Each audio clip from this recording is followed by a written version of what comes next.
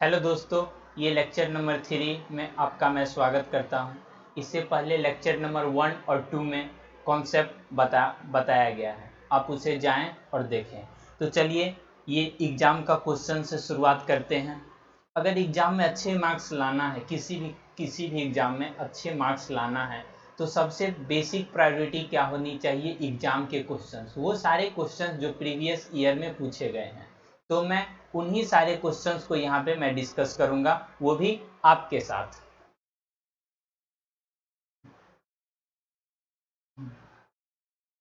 Questions number 1 very short questions है।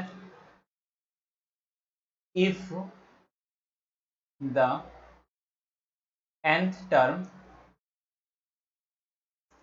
of an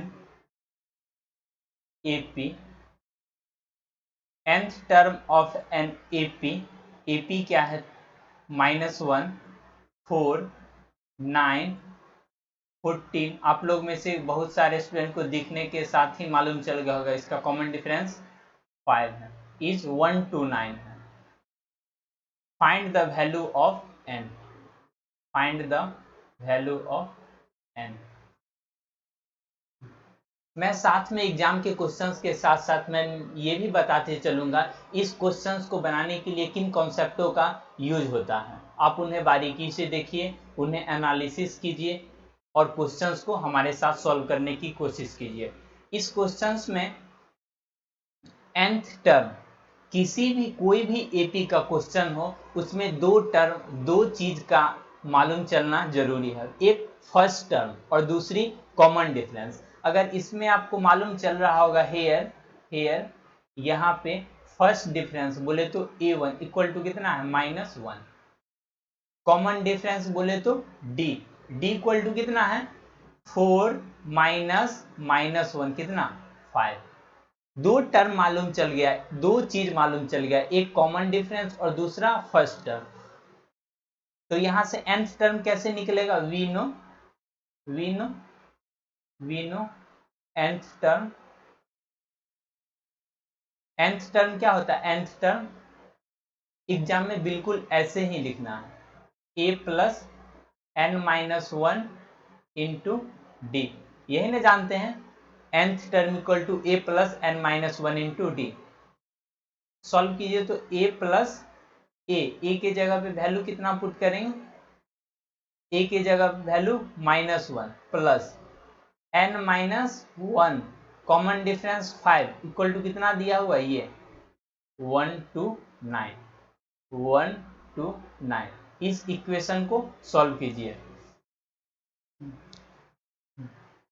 तो -1 यहाँ पे मैं लिख देता हूँ, -1 plus n-1 into 5 equal to 1 to 9। इसे सॉल्व करोगे तो क्या होगा? एग्जाम में स्टेप मार्किंग कीजिए। एक तो आप सबका कम सिलेबस हो गया, सिलेबस को रिड्यूस कर दिया गया है, तो आप अपना आंसर को मत रिड्यूस कर लीजिएगा। सिलेबस रिड्यूस हुआ, आंसर नहीं रिड्यूस हुआ है।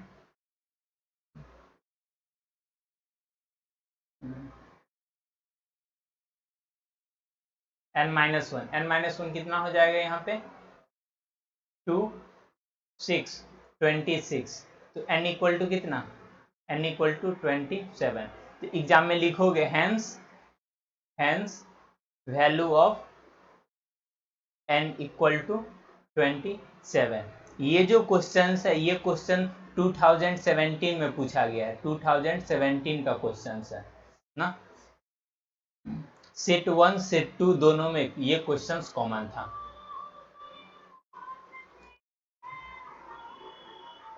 हाँ हेलो,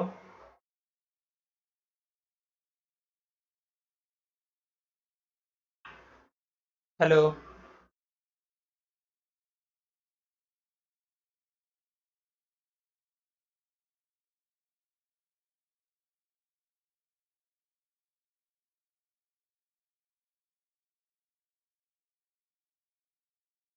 अब क्वेश्चन नंबर 2 को सॉल्व करते हैं। Find the nth term of the sequence. Lecture number 2 में भी मैं इस टाइप का एक क्वेश्चन कराया था जिसमें कॉमन डिफरेंस कैसे निकाला जाता है। पहले एपीटो देख ले, √2, √8 और √18। उसमें मैंने बताया भी था ऐसा कोई भी 10th का बुक नहीं है जिसमें ये क्वेश्चन आपको देखने को ना मिले। इसमें nth टर्म आपको निकालना है। ये क्वेश्चंस 2015 2016 दोनों में आ चुका है, लेटेस्ट क्वेश्चन है ना।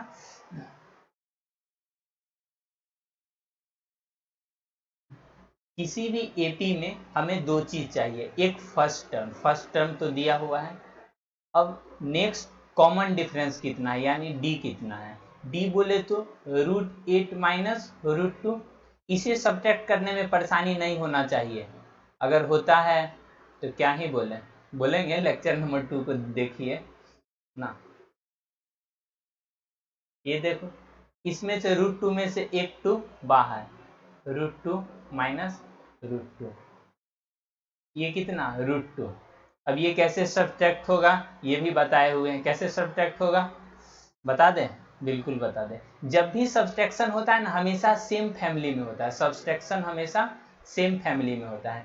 जैसे क्या है 2√2 माइनस √2 है, इसमें क्या हुआ √2 को कॉमन ले लिया गया, ऐसे भी सोच सकते हो। तो यहाँ से 2 और यहाँ से 1 ना, तो √2 माइनस 1 कितना 1, और ये √2 हो गया, इसे मिटा देते हैं।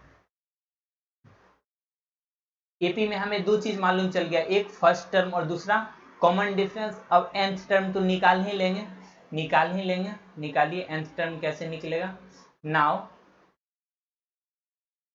इस टाइप का एक क्वेश्चन एग्जाम में आता है, और ये वो क्वेश्चन है जो बच्चा को एग्जाम में याद दिलाता है। सब चीज पढ़ने के बाद भी ये इस टाइप का क्वेश्चन एग्जाम में नहीं बनता, ये वही क्वेश्चन है।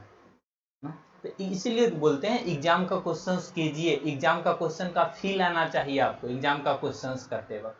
nth टर्म का फॉर्मूला क्या होता है, a plus n minus 1 into d, यही होता है a nth टर्म। तो a इक्वल टू कितना दिया हुआ है, a equal to √2 plus n minus 1, d equal to कितना होगा, d भी कितना दिया हुआ है √2।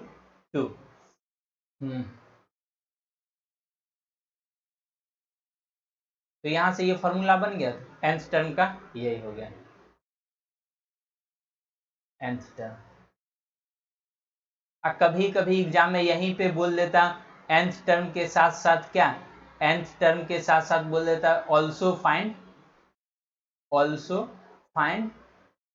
10th term.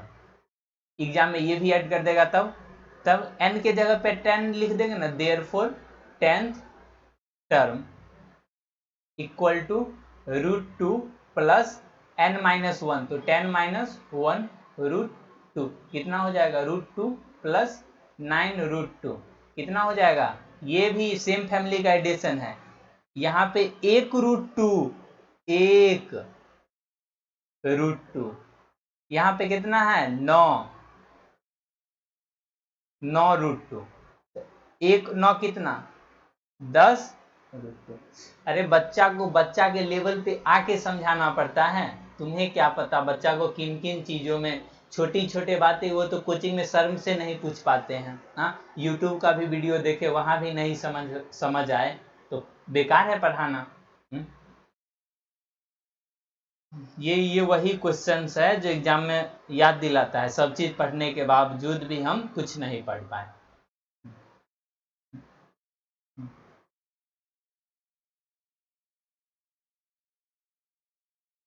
नेक्स्ट क्वेश्चंस इस तरह से और सारे क्वेश्चन जो एपी पे ही बेस्ड है। अब जो चेक करने के लिए बोल रहा है, इज द सीरीज, ये जो तुम्हारा सीरीज दिया हुआ है √3, √6, √9, √12 इज एन एपी, क्या यह एपी में है। तुम भी मने मन सोच रहे होगे, क्या सोच रहे होगे, अरे हम सब जान जाते हैं। तुम सोच रहे होगे 3, 6, 9, 12 ये तो एपी में है। बहुत अच्छा बहुत अच्छा, हम भी एग्जाम में लिख के आ गए यस एपी में है। तुम भी खुश, हम भी खुश। हाँ हम नहीं खुश, हम नहीं खुश हैं, भले तुम खुश होगा। देखो देखो देखो देखो, एपी में कब बोल सकते हैं, एपी में तब बोल सकते हैं जब इसका कॉमन डिफरेंस सेम होगा। तो यहां से हम चेक करेंगे क्या इसका कॉमन डिफरेंस रियली में सेम है। देखने में तो लग रहा है लेकिन रियली में सेम है। ये फर्स्ट टर्म से common difference, here we check, exam में ऐसे ही लिखना है, बिल्कुल ऐसे ही, we check common difference. Common difference यानी d1 कितना है, √6 माइनस √3। d2 इक्वल टू कितना है, √9 माइनस √6 ना। और एक और देख सकते हो, √-9 √6। और d3 इक्वल टू कितना है, d3 √12 माइनस √9। अगर इसको चेक करोगे, इसको चेक करोगे, अब यहाँ बात आ गया, ये सिंप्लीफाई होके क्या बनेगा, ये सिंप्लीफाई होके क्या बनेगा, मैं बताता हूँ क्या बनेगा। ये जो √6 है तुम्हारा, √6 मतलब क्या हुआ, 2 × 3 माइनस √3 ना। इसको next next next next next slide में करते हैं, नेक्स्ट स्लाइड में। √6 माइनस √3,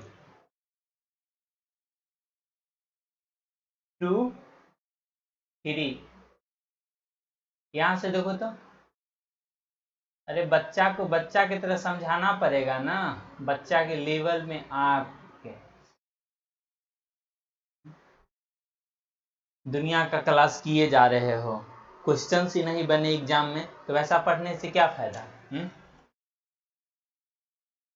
कॉमन डिफरेंस ये आ गया।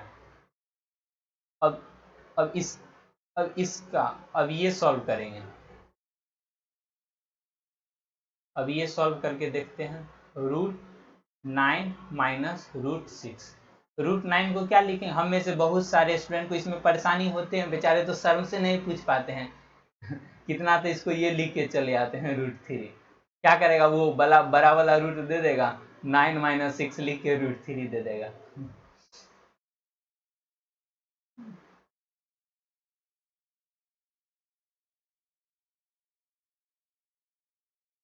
यहाँ देखो, यहाँ से तो 3 आ गया ना, यहाँ यहाँ क्या, √2 √3।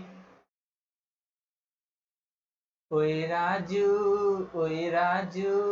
प्यार ना करियो, दिल टूट जाता है। ऐसा कोई बात नहीं है, मैथ पढ़ने पे ध्यान दो। देखो तो ये वाले टर्म कुछ इक्वल दिख रहा है, नहीं इक्वल दिख रहा है। Common difference are not equal, exam में लिखोगे hence common difference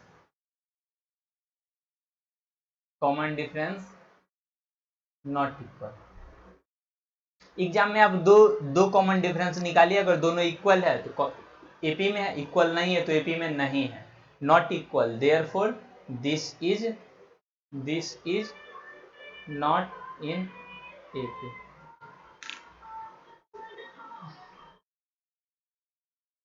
hello hello, घर पे, ठीक आ रहे हैं।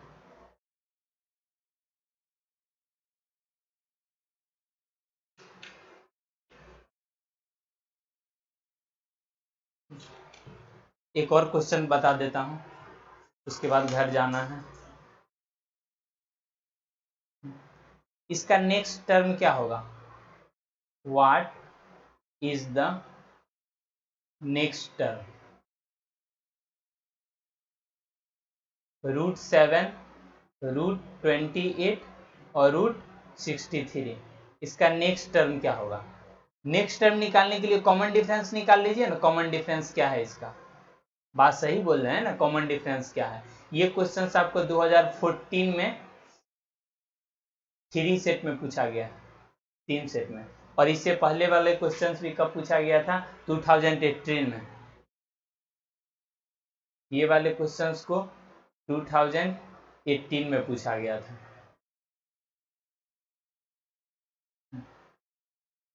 इस क्वेश्चंस में कितना, फर्स्ट टर्म कितना दिया हुआ है? √7। कॉमन डिफरेंस कैसे निकलेगा? √7, इसको क्या लिखोगे?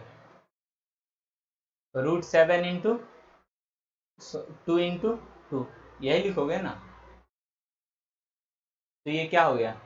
2√7 माइनस √7, तो ये क्या है? कॉमन डिफरेंस कितना हो गया? √7 का। तो नेक्स्ट डिफरेंस इसमें तुम 7 ऐड कर दोगे ना, √7, therefore next term equal to √63 में क्या जोड़ोगे? कॉमन डिफरेंस कितना है? √7। अब इसको ऐड कैसे करोगे, वो भी बच्चा के लिए परेशानी है। मैं बता देता हूँ। 63 का एलसीएम लोगे, 63 का एलसीएम लोगे कैसे? 3 से कटेगा 21, 3 7, क्या लिखोगे? 3 × 7 प्लस √7। यहाँ से क्या आ जाएगा? 3√7 प्लस √7। अब ये मत बोलना सो ये भी नहीं समझ में आया, परेशानी है ना। √7, this is the next term, hence next term equal to 4√7।